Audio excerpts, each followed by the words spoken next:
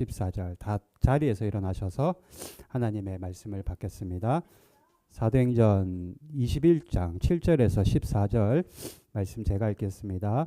두로를 떠나 항해를 다 마치고 돌레마이에 이르러 형제들에게 안부를 묻고 그들과 함께 하루를 있다가 이튿날 때가 가이사랴에 떠나 가이사랴에 이르러 7 지사 중 하나인 전도자 빌립의 집에 들어가서 머무르니라. 그에게 딸 넷이 있으니 처녀로 예언하는 자라. 여러 날 머물러 있더니 아가보라 하는 한 선지자가 유대로부터 내려와 우리에게 와서 바울의 띠를 가져다가 자기 수족을 잡아매고 말하기를 성령이 말씀하시되 예루살렘에서 유대인들이 이같이 이 띠 임자를 결박하여 유대인의 손에 넘겨주리라 하거늘 우리가 그 말을 듣고 그곳 사람들과 더불어 바울에게 예루살렘으로 올라가지 말라 권하니 바울이 대답하되 여러분이 어찌하여 울어 내 마음을 상하게 하느냐. 나는 주 예수의 이름으로 위하여 결박당할 뿐 아니라 예루살렘에서 죽을 것도 각오하였노라 하니 그가 권함을 받지 아니하므로 우리가 주의 뜻대로 이루어지이다고 그쳤노라. 아멘. 자리에 앉겠습니다.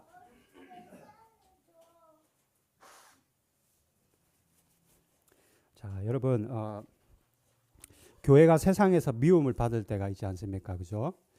성도도 미움 받을 때가 있어요. 박해를 받고 교회가 세상으로부터 미움을 받는다면 복음 때문에 미움을 받는 것보다는 실은 우리의 행실 때문에 미움을 받을 때가 훨씬 더 많은 것 같습니다. 세상 사람들은 교회에 대한 기대 수치가 굉장히 높거든요. 그런데 우리가 그렇게 살지 못하니까 더 가중해서 미움을 받을 때가 분명히 있다라는 겁니다.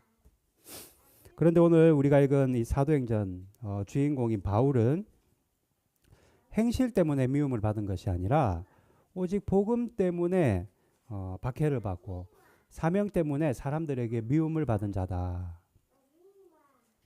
바울이 오늘 내용은 3차 전도 여행에 대해서 떠나기 전 마지막 전도 여행을 떠나는 것에 대해서 말씀하고 있는데요.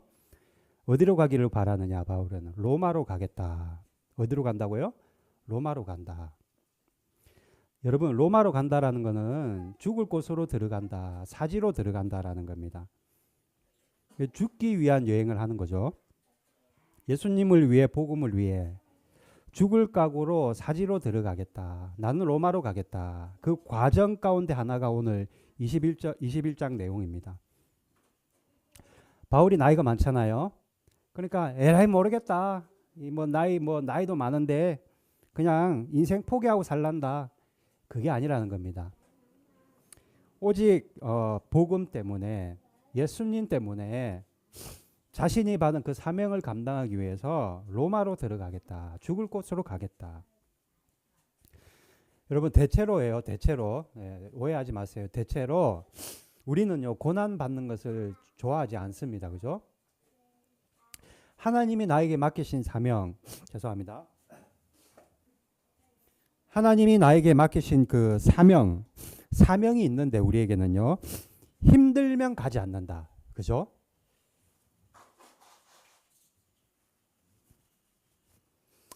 사명이 분명히 우리에겐 있는데요. 저에게도 사명이 있고 여러분에게도 하나님의 사명이 이미 주셨습니다. 그런데 우리는 힘들면 안 가는 겁니다. 힘들면. 하나님께서 나에게 사명을 주셨기 때문에 그 길을 가는 것이 마땅한데 힘들면 가다가도 포기하는 게 우리라는 겁니다.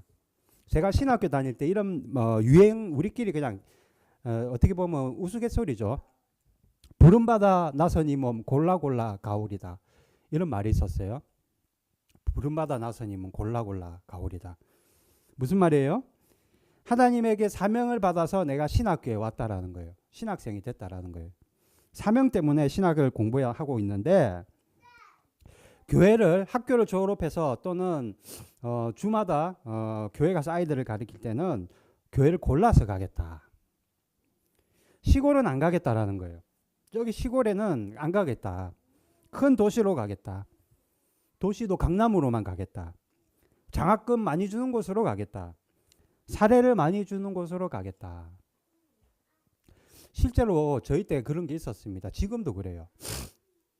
사명 때문에 신학교에 왔는데 그 사명지가 힘든 곳이면 안 간다라는 겁니다. 여러분 지금도요 한국교회는요 시골에는 목사가 없어서 난리인데 큰 도시의 큰 교회는 그 교회에 들어가기 위해 여러분 줄을 서고 있는 것이 사실입니다. 사명지로 내가 받은 사명지로 안 가니까 문제인 거예요. 다 그래요. 자기는 이 교회 사명을 받았다. 큰 교회, 사례 많이 주는 교회, 멋진 교회 사명을 받았다. 작은 곳으로는 안 가니까 문제인 겁니다. 반면에 바울은 어때요? 사명을 위해서라면 그것이 죽을 곳이라도 나는 가겠다라고 말하는 겁니다. 11절 말씀 부탁드립니다. 11절 같이 있습니다. 시작. 우리에게 와서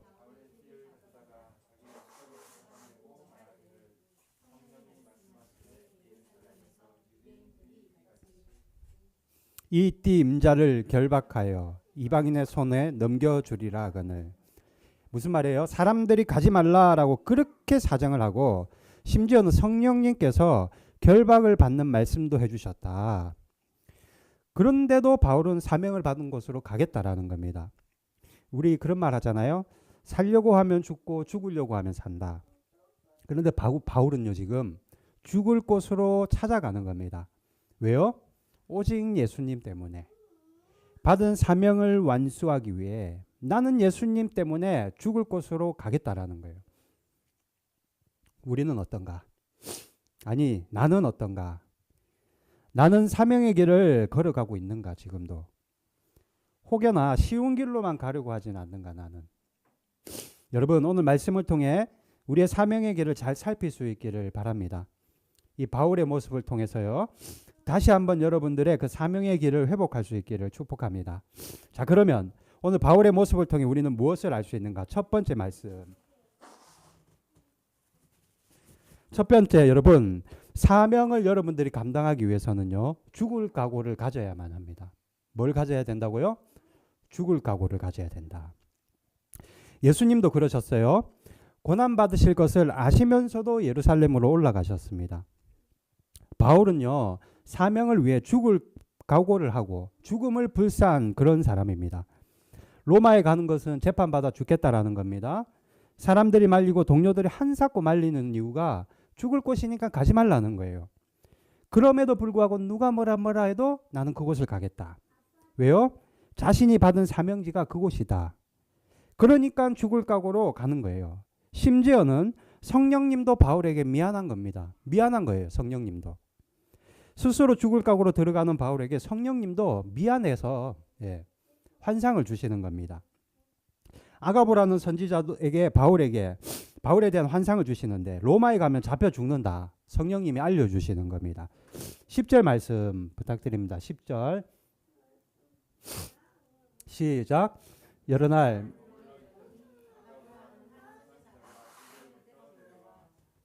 (11절) 우리에게 와서 바울의 띠를 가져다가 자기 수족을 잡아매고 말하기를 성령이 말씀하시되 예루살렘에서 유대인들이 이같이 이 띠 임자를 결박하여 이방인의 손에 넘겨주리라 하거늘.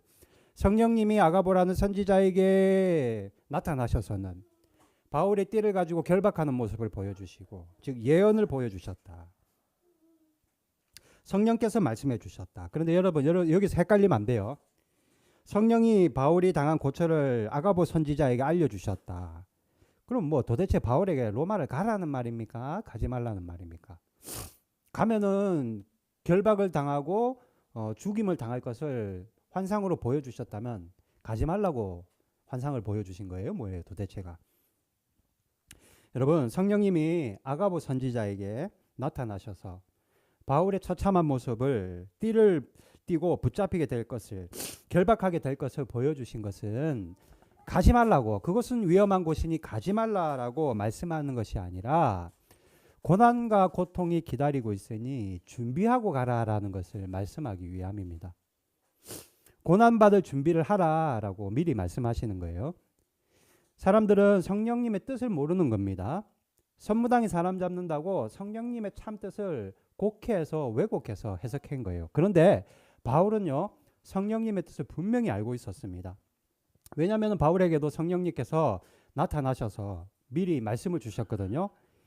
사도행전 20장에 보면 미리 성령님이 나타나셔서 말씀을 주셨습니다. 20장 23절 말씀 같이 있습니다. 시작. 오직 성령이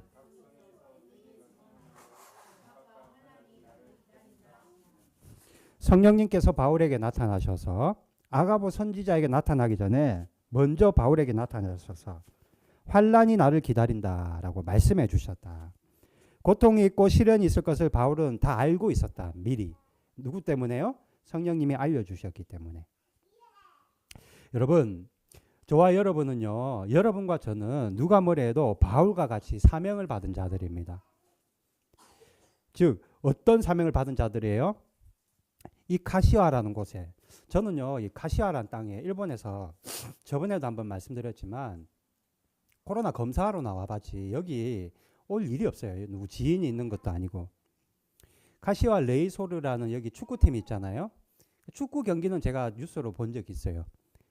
그러나 하나님께서는 저에게 어떤 사명을 주셨냐면은 이 땅에 하나님의 교회를 세워나가는 사명을 주셨고, 마찬가지로 저와 여러분에게 교회를 세워나가는 사명을 주셨고, 복음의 불무지나 다름없는 이 카시와 땅에 십자가의 도를 정하는 것이 저와 여러분의 사명임을 주님이 우리에게 성령을 통해서 미리 말씀해 주셨다. 때문에 우리가 밟고 있는 이 땅이 여러분, 우리에게는 로마이고, 우리가 이 사명을 감당하기 위해서 이곳에 부름받은 바울이 바로 저와 여러분이다 라는 겁니다. 이 땅이 우리에게는 사명지라는 거예요. 내가 그냥 우연찮게 이곳에 살고 있는 것 같지만 그렇지 않다라는 겁니다.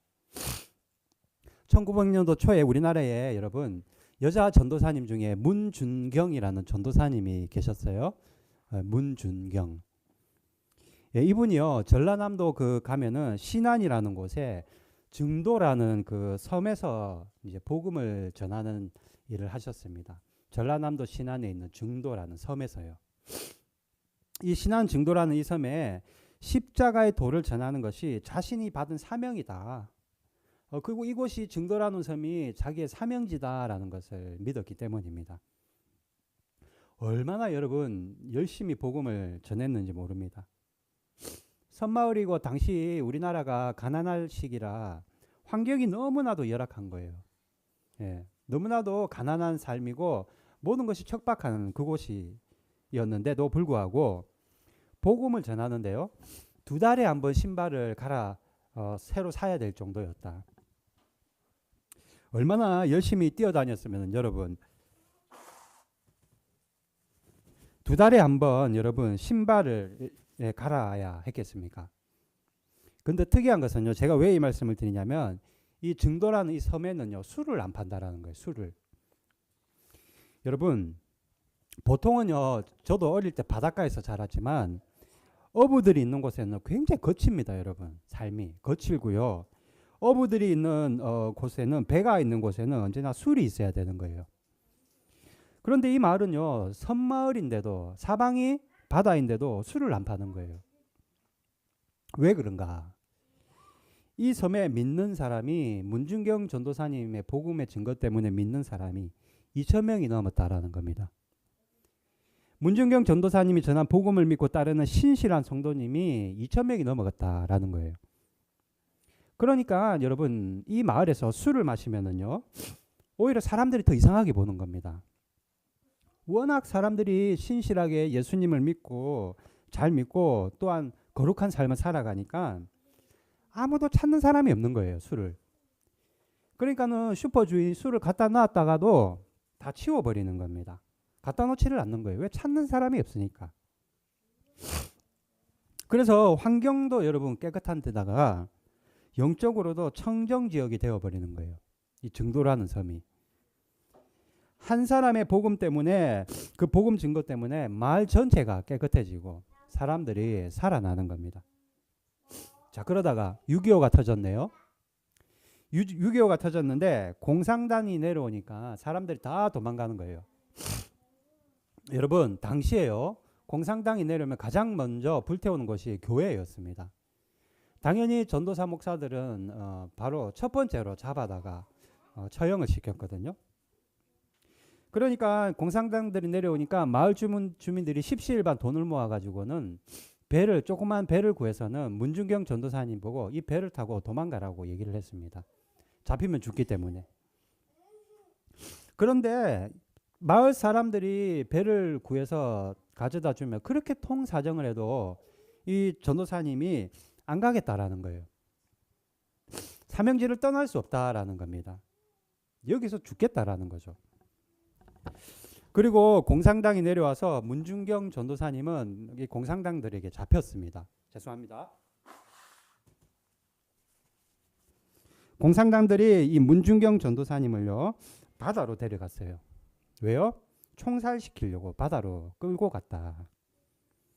그리고 바다에 데려가서는 너는, 이분이 여자 전도사님이거든요. 너는 씨암탉, 알을 낳는 씨암탉 반동이다라고 말하며 이분을 갖다가 총살했다라는 거예요. 왜 씨암탉이라고 얘기했을까요? 자꾸 씨암탉이 알을 낳듯이 성도라는 알을 낳는 너는 살아서는 안 된다. 복음이라는 알을 낳는 너는 죽어야 된다. 그래서 죽이기 전에 고통을 주기 위해 당시에 죽창으로 마구 찌르고요. 그리고 목에다가 총을 쏘아서 문중경 전도사님을 죽였습니다. 그리고 바다에다가 시신을 유기해 버렸어요. 그리고 나중에 공산당이 잠잠할 때 사흘 만에 마을 주민들이 바닷가로 내려가서 이 문중경 전도사님의 시신을 수습을 했는데 시신이 여러분 바닷물에 소금물에 완전히 쩔어가지고는 시커멓게 되어 있더라는 겁니다. 그래서 마을에서 문중경이 전도사님 장례를 마을장으로 치루었는데요. 얼마나 많은 사람들이 이 장례식장에 참여해서 얼마나 눈물을 흘리며 슬퍼하는지 모르는 겁니다. 크게 통곡하는 거예요. 문 전도사님 한 사람에게 복음을 듣고 구원받은 성도들이 마치 자신의 가족이 죽은 것과 같이 슬퍼하는 거예요. 이때 유명한 일화가 있어요. 당시 백범 김구 선생님이 돌아가셨을 때보다도 더 많은 사람들이 장례식장에 참여했다라는 겁니다.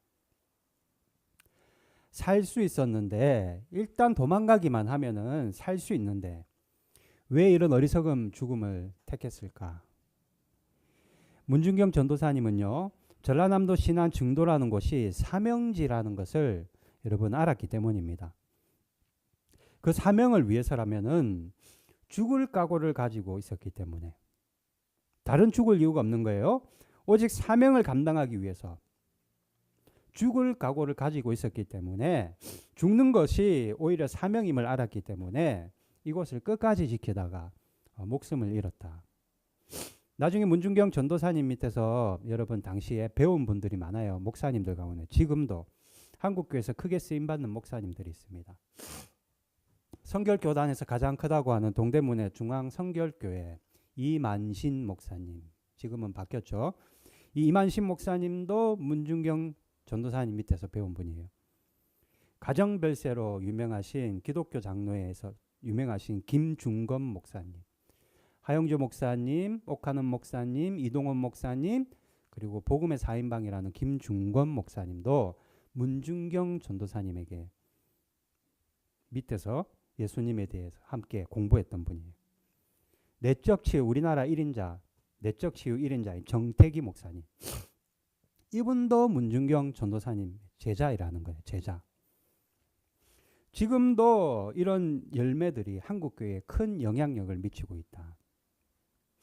여러분, 바울과 같이 문중경 전도사님과 같이 우리 주님을 위해, 여러분 사명을 위해, 그리고 이 땅 사명지를 위해 목숨까지도 올려드릴 수 있는 그런 저와 여러분 되시기를 바랍니다. 여러분, 죽고자 하는 자는 살고 살고자 하는 자는 죽는다. 여러분, 복음을 위해 죽고 사명을 위해 죽을 각오를 하며 살아갈 수 있기를 주님의 이름으로 축복합니다. 특별히 이 가시어 땅 이곳에 여러분 십자가를 세우고 교회를 세우는 것이 저와 여러분의 사명임을 여러분 꼭 기억하시기를 바랍니다. 자, 두 번째, 우리는 바울의 사명을 감당하는 모습을 통해 무엇을 깨달을 수 있는가? 두 번째, 오직 예수로만 여러분 살아야 된다. 13절 말씀 부탁드립니다. 13절 같이 읽습니다. 시작.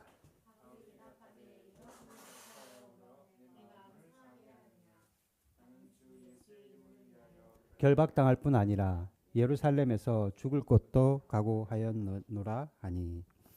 자, 바울은요 여러분 예수님께 미친 사람이었습니다. 예수님께 미친 사람. 저도요, 이 바울과 같이 진짜 단 하루만이라도 정말 예수님께 미쳐보는 것이 소원입니다. 그런데 그게 잘 안 된다라는 거예요. 그래서 안타까울 뿐입니다. 정말로 예수님에게 미친 사람이 되어보고 싶습니다. 바울은요, 오직 예수로만 살았던 사람입니다. 관심사가 없어요. 오직 예수님의 영광이 관심사이고 오직 예수님의 이름만을 위해 살았던 사람. 바울이 13권이나 성경을 기록해서 위대한 게 아니에요, 여러분. 오직 예수로 살았던 예수님의 사람이기 때문에 그 이름이 빛나는 겁니다. 예수님만 얻을 수 있다면 그동안 배웠던 지식도 재물도 재산도 영광도 심지어는 자신의 목숨도 다 그에게는 버릴 수 있는 것들이었다. 빌립보서 3장 8절 말씀. 빌립보서 3장 8절 같이 있습니다. 또한 모든 것을 해로 여김은 내 주 그리스도 예수를 아는 지식이 가장 고상하기 때문이라. 내가 그를 위하여 모든 것을 잃어버리고 배설물로 여김은 그리스도를 얻고. 모든 바울의 삶의 모습 가운데는 예수님이 보이는 겁니다. 언제나 예수님을 생각하고 언제나 예수님을 묵상하고 어떻게 하면 내가 이 사명을 감당할 수 있을까? 어떻게 하면 내가 복음을 전하기 위해 로마에 갈 수 있을까? 늘 고민했던 사람이 바울.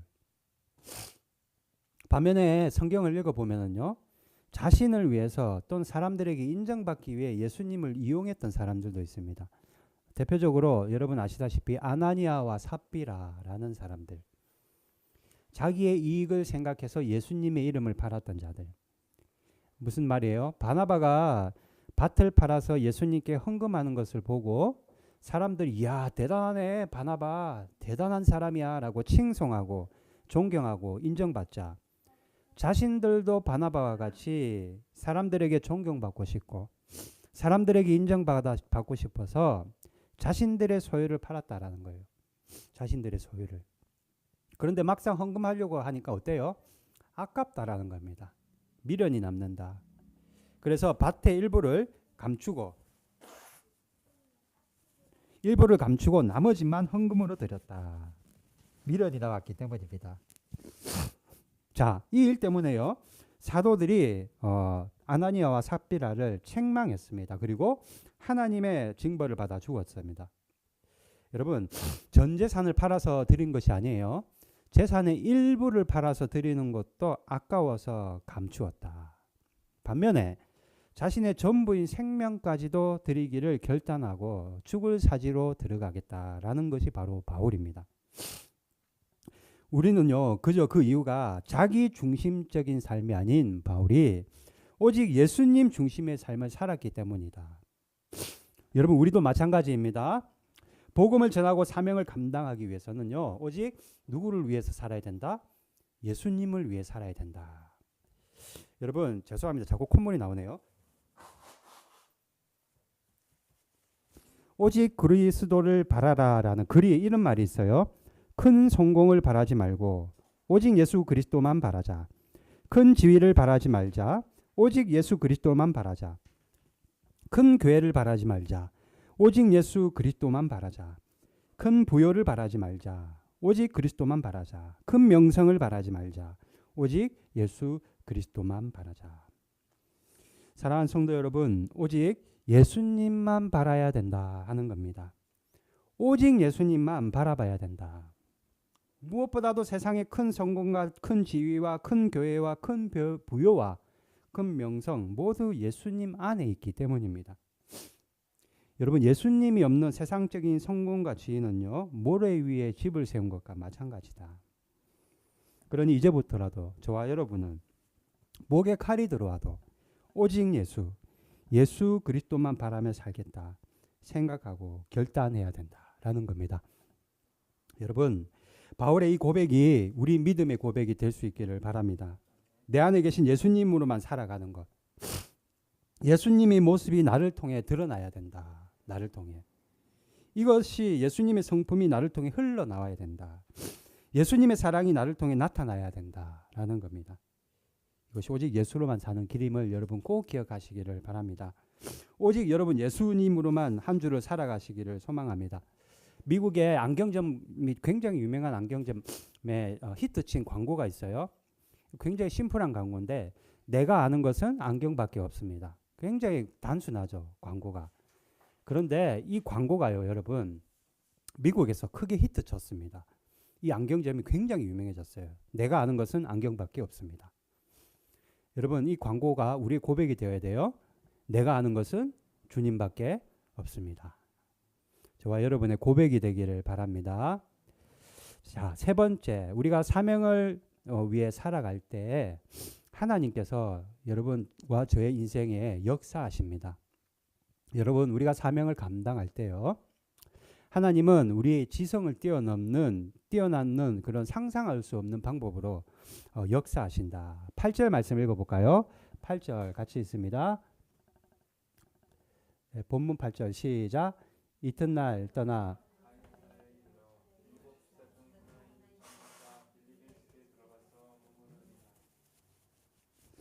자, 여러분, 빌립의 집에 바울이 들어갔다. 자, 그러면은 빌립이 누군가? 스데반 집사와 함께 7 집사로 선출된 사람 중에 한 사람이 빌립이었다. 빌립은 여러분 순교한 죽은 스데반 집사의 절친이었고 가장 가까운 측근이었다. 제일 가까운 사람이었다. 그럼 바울은요, 스데반 집사를 죽인 사람입니다. 지금요, 스데반 집사의 가장 가까운 동역자 빌립의 집에 바울이 들어가서 머물렀다. 무슨 말이에요? 빌립, 그러니까 원수지간이었던 빌립과 바울이 지금 한 집에 머물렀다라는 거예요. 여러분, 원수가 다시 만났어요. 여러분, 그런데 웃긴 것은 이들이 원수로 만난 것이 아니라 지금 동역자로 만났다라는 겁니다. 서로 이득이 되어서 만난 것이 아니에요. 사업을 같이 하니까 득이 되어서 만난 것은 더더욱 아닙니다. 왜 만났어요? 동역자로 만났는데 돕는 자로 만났다. 하나님의 역사다라는 겁니다. 예수님의 역사이고 예수님의 능력이다. 이게 무슨 말입니까? 여러분, 하나님은 우리가 사명을 감당할 때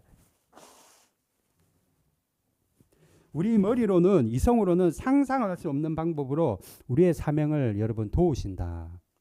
오늘 본문은 아니지만 사도행전 21장에 보면은 천부장이 가까이 가서 바울을 잡아 두 쇠사슬로 결박하라 명하고 그가 누구이며 그가 무슨 일을 행하였느냐 물으니 라는 말이 있습니다. 무슨 말이에요? 바울과 빌립이 원수지간이었지만 동역자로 만나게 하나님이 역사하셨듯이 바울이 로마에 무사히 들어갈 수 있도록 하나님이 역사하셨다. 무슨 말이냐면 바울을 쫓아다니는 유대인들이 있었어요. 바울을 죽이기 위해서. 자, 그런데 하나님은 바울이 유대인들에게 붙잡혀 죽지 않고 무사히 로마에 들어가서 로마 땅에 복음을 전하게 하기 위해서 그가 정치범이 되게 하셨다. 왜 하필이면 정치범이 되게 하셨느냐? 정치범이 되면은 황제를 만날 수 있는 거예요. 황제를 만날 수 있다라는 것은 황제에게 복음을 전할 수 있고 황제에게 복음을 전할 수 있을 뿐만 아니라 천부장 백부장 황제의 근위부대 호의를 받으면서 로마에 들어갈 수 있기 때문이다. 만약 이렇게 정치범이 되지 않았다면 유대인들에게 먼저 잡혀서 죽었을 것이다. 바울은. 이 또한 하나님의 역사다라는 겁니다. 자, 여러분, 하나님은 우리가 사명을 감당할 때 우리가 알 수 없는 신비한 방법으로 저와 여러분의 사명을 도우십니다. 여러분, 하나님은 우리에게 사명을 주셨는데 저와 여러분이 이 가시화 땅에 교회를 세워나가고 또 십자가의 도를 전하는 일에 우리에게 사명을 주셨습니다. 우리가 이 사명을 감당하기 위해서는요, 첫 번째, 우리가 죽음도 불사할 결단을 가지고 나가야 된다라는 겁니다. 또 한 가지는 오직 예수로만 우리가 살아야 된다라는 겁니다. 그리고 우리가 그런 사명을 위해 살아갈 때 하나님께서는 우리가 생각할 수 없는, 상상할 수 없는 방법으로 역사하십니다. 여러분, 바라기는 바울과 같이 내 목숨을 걸고 예수님만 바라보며 사명을 감당할 수 있는 저와 여러분 되시기를 주님의 이름으로 축복합니다.